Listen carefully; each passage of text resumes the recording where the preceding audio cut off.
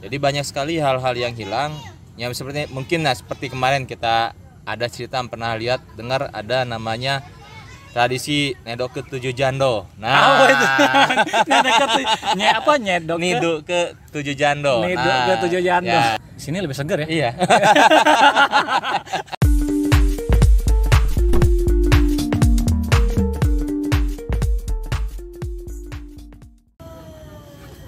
Halo sahabat catatan jurnalis. Terima kasih nih sudah mampir lagi di channel Riza Palepi.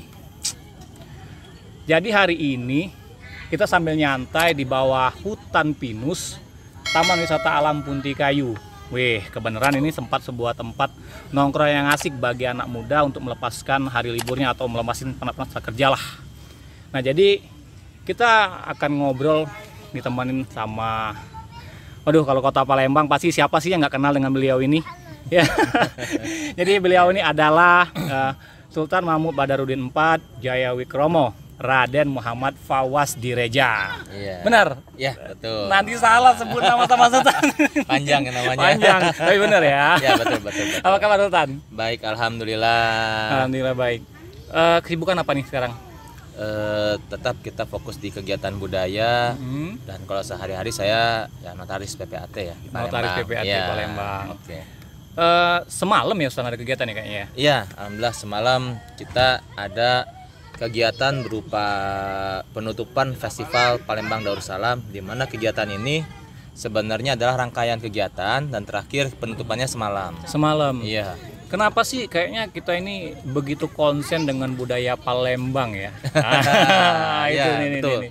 Karena kita udah fokus, emang Kesultanan ini dahulunya emang kalau kita lihat sejarahnya adalah suatu kerajaan yang besar dan juga mungkin suatu penguasa, tapi sekarang ini kita tidak melihat ke sana. Di era milenial ini kita melihat bahwa Kesultanan ini adalah ciri khas adat budaya Palembang pada masa lalu harus kita pertahankan. Jadi kita mempertahankan ya budaya-budaya yang ada, dan justru kita mulai menghidupkan kembali budaya-budaya yang hilang. Seperti ya. apa tuh budaya yang hilang, San? Nah, misalnya kita lihat ada kalau ini tulisan Arab Melayu kita udah hilang. Terus bebaso Palembang sudah hilang. Ya sebenarnya Palembang zaman dahulu itu kan campuran antara Jawa dan Melayu, sehingga bahasanya juga unik, tapi harus kita mulai hidupkan kembali. Jadi banyak sekali hal-hal yang hilang, yang seperti mungkin seperti kemarin kita ada cerita pernah lihat dengar ada namanya tradisi Nedok ke 7 Jando. Nah, itu? Nyedok Nidu ke 7 Jando. Nidu ke 7 Jando. Ya. Jadi kalau bahasa Indonesianya tuh kita tuh apa? Menidurkan 7 orang janda. 7 orang janda itu maksudnya apa sih? 7 orang janda itu misalnya kita selamatan punya rumah baru. Nah, rumah baru kita ini disilah oleh keluarga kita atau siapapun yang janda-janda, boleh ganjil dari 3, 5, 7. Nah, jadi itu diisi dulu oleh mereka selama 1 minggu.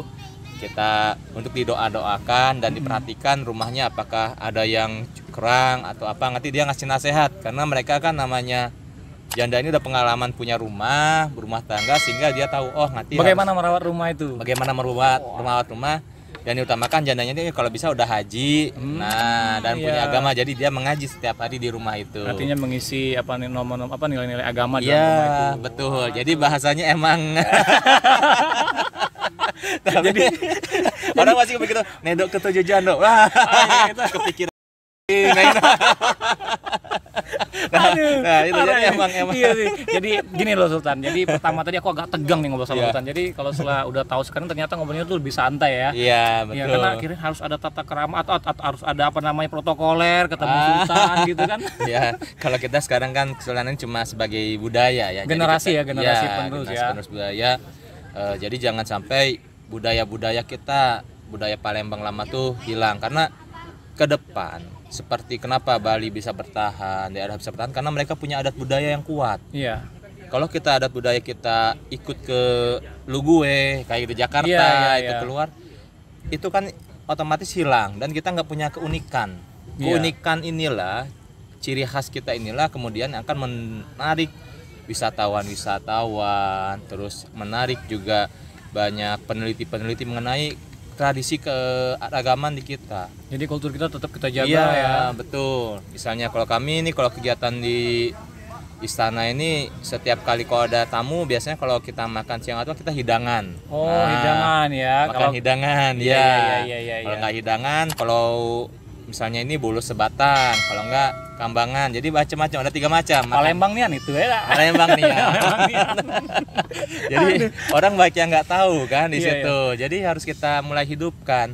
Nah, tujuannya apa? Itulah keunikan-keunikan itu yang akan kemudian Kita rawat ya. ya kita rawat, akan menaikkan marwah orang Palembang. Kedua, orang akan datang ke Palembang. Oh, ini loh keunikan Palembang di sini. Dan mereka akan bangga misalnya, oh saya sudah pernah di sana, ceritanya seperti ini. Nah, kan Iya. enak.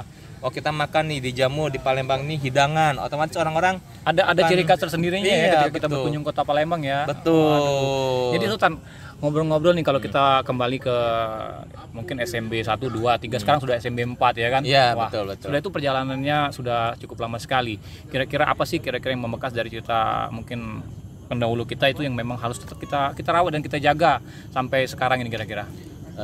Jadi begini, kalau kita lihat di Palembang ini yang satu banyak sekali peninggalan kesultanan yang memang sudah mulai punah, yang mulai dari bangunannya yang fisik maupun yang tangible maupun intangible ya. Jadi kita ini kalau melihat situ ya kita harus sudah mulai melestarikannya kembali dan juga mulai mencatatkan sekarang. Kita mulai budaya literasi mencatatkan baik secara digital maupun tulisan ya. Iya. Sekarang kalau dulu kan harus tulisan terus, nah sekarang digital juga nggak masalah. Kita sudah menyesuaikan mengikuti zaman ya, dong. betul sekarang ini. Jadi kita jangan harus kalau itu harus catatkan bikin, nggak masalah. Sekarang kita yang penting minimal seperti ini kita bikin kegiatan. Iya. Kegiatan yang memang budaya-budaya kita yang Kayak ini saresehan ya. lebih iya santai. betul ya. Jadi kalau di kami sendiri setiap bulan ada pertemuan yang bicara masalah budaya. Sebulan 2 kali kami di istana itu. Kan kalau zaman dulu dengan sekarang ini kan tentu kan banyak sekali nih tantangannya. Tentu ada perbedaan nih Sultan. Iya. Jadi gimana sih kita agar bisa menjaga keberagaman yang ada di kota Palembang ini khususnya kan? Betul. Dengan generasi milenial ya, aduh ya sekarang ya ampun Sultan. Luar biasa sekali. Sekarang gini deh, kalau generasi milenial, mereka kita lihat sekarang ini banyak yang mengidolakan, misalnya ngikutin ke Jakarta atau kiblatnya ke Korea atau Wah, yang kemarin ini. Ya. Jangan Sultan. Jadi kan Iya, kita iya. bisa lihat, tapi begitu ketika ada pemilihan gadis putri Indonesia atau ujungnya pakai pakaian tradisional. Iya. Artinya memang adat budaya tradisional di tempat kita itu tetap harus ditonjolkan dong. Iya, betul. Karena itulah diversity di Indonesia ini harus ada, harus kelihatan. Nah, kita juga harus menguatkan. Jangankan di Indonesia, di Palembang aja sini, di Sumatera Selatan.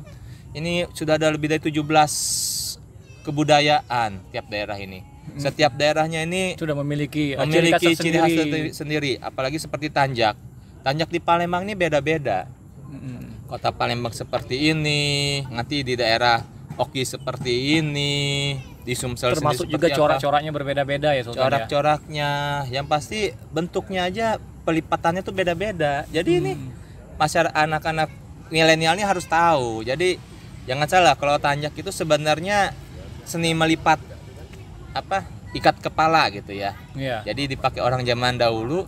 Sekarang pun anak-anak bisa pakai, daripada bisa 1 lembar mereka tuh diikat bisa Langsung dipakai ya? Langsung dipakai. Langsung dipakai. Jadi itu banyak sekali yang milenial bisa lihat bahwa kita ini punya kearifan sendiri. Lokal ya, yang memang harus benar-benar kita rawat dan kita jaga. Iya, betul. Luar biasa sekali bro. Jadi ternyata bagaimana kita merawat itu ya tentunya kita dengan menjaganya ya kan, Ya, sehingga betul. kearifan lokal yang ada di Indonesia ini tetap bisa kita lestarikan.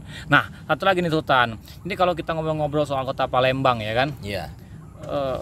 ini bedanya gimana sih kira-kira dengan tahun-tahun sebelumnya? Itu apa sih langkah-langkah misalnya? Ya seenggaknya ini mungkin kalau sempat ditonton pemerintah bisa jadi masukan.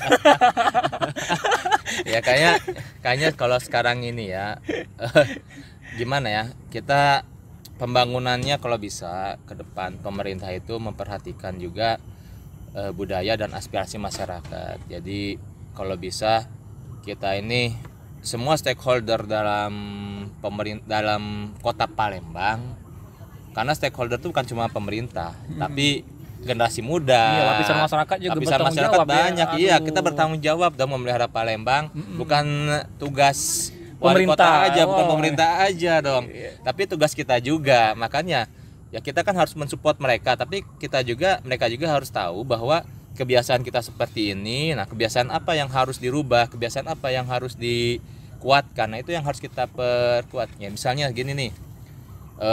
Pernah kemarin kejadian kita ada tawuran nih di Palembang nih ya. Iya, baru-baru Nah, ini ya. kenapa kita tidak pakai adat tepung tawar aja? Cuma di polisi. Kadang-kadang kalau di polisi oke materai, nanti ketemu berantem lagi. Sedangkan ada tepung tawar, begitu ketemu jadi adik kakak. Jadi bersaudara. Jadi bersaudara. Coba bayangkan, kenapa tidak kita hidupkan lagi seperti adat tepung tawar? Iya. Itu sangat bagus, itu adalah kearifan lokal kita.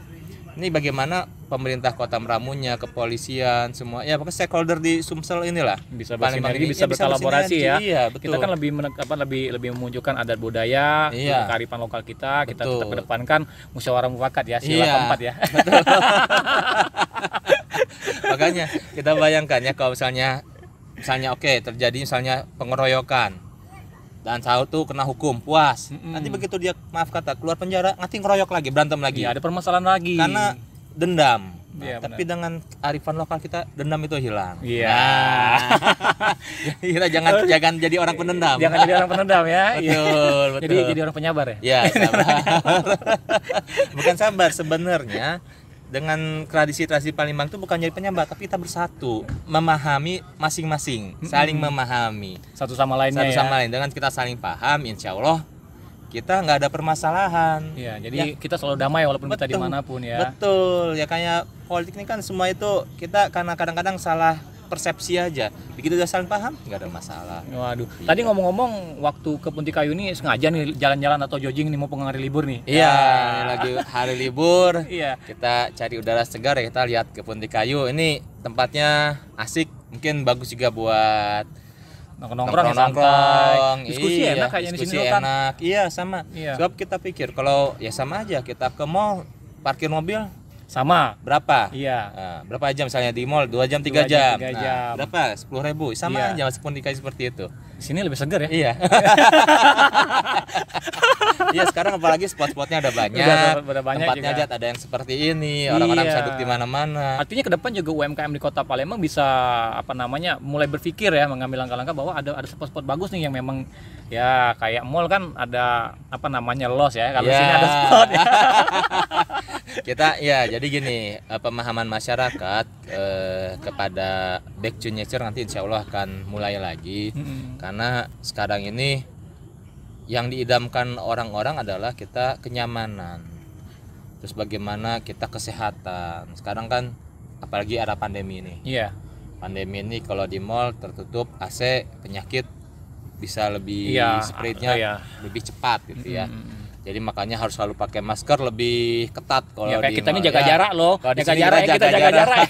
Tapi karena udah di udara terbuka, Iya, iya, ini resikonya lebih kecil. Lebih kecil ya. Nah, jadi sehingga ya sebaiknya kita sering-sering ke udara terbuka, lebih sehat, dapat matahari, dapat vitamin Vitamin D, Iya, itu kan lebih menguatkan imun Lebih kita. menguatkan imun kita dan lebih sehat juga ya pastinya. Betul. Wah. Ini lagi nih.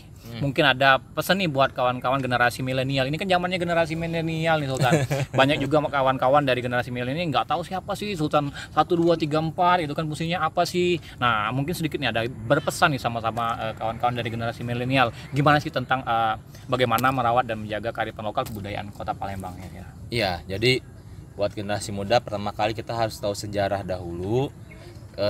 Banyak sekali peninggalan sejarah dan budaya pada Palembang. Mulai dari zaman Sriwijaya, Kerajaan Palembang, Kesultanan Palembang, kolonial, sampai awal kemerdekaan. Itu ada 5, artinya kita lihat ada 5 Iya. titik seperti itu. Iya. Nanti nilai-nilai Sriwijaya seperti apa, nilai-nilai kerajaan, nilai kesultanan, nilai kolonial. Nah, itu kan semua mempunyai nilai masing-masing. Ya, kalau kita ingin kembali ke nilai-nilai kita masyarakat yang kearifan lokal, nilai-nilai keislaman, itu kita bisa kembali pada nilai-nilai Kesultanan Palembang Darussalam. Tapi kalau misalnya anak generasi mudanya ingin nilai-nilainya kebebasan, silahkan jadi kolonial. Tinggal pilih aja. Aduh, bahaya ini. Ya Harus kan, lawan. kalau Jadi kolonial lawan, kan bebas kan? lawan oligarki. Ya iya. Kan nilai kolonial kan mereka tuh kan orang tipe orang pemikir orang barat kan bebas, Iya, free. benar, benar, Silakan benar. balik lagi ke sana. Tapi kalau Silakan. kita ingin menguatkan kearifan lokal, mari nilai-nilai keislaman Kesultanan Palembang Darussalam diteliti lagi, kita pelajari lagi. Mungkin nanti ke depan kita ada lagi mengenai nilai-nilai sejarah lebih detail. Ya, tapi sekarang kalau nanti kapan-kapan nih kalau ada kesempatan ngobrol lagi nih soal tentang sejarah SMB dong. Oke, siap. Oke. Oke, kawan-kawan catatan jurnalis. Nah, singkat sih ngobrol kita sama Sultan. Ini juga kebenaran bahwa tadi dia lagi jalan-jalan bersama keluarganya ke Taman Wisata Punti Kayu.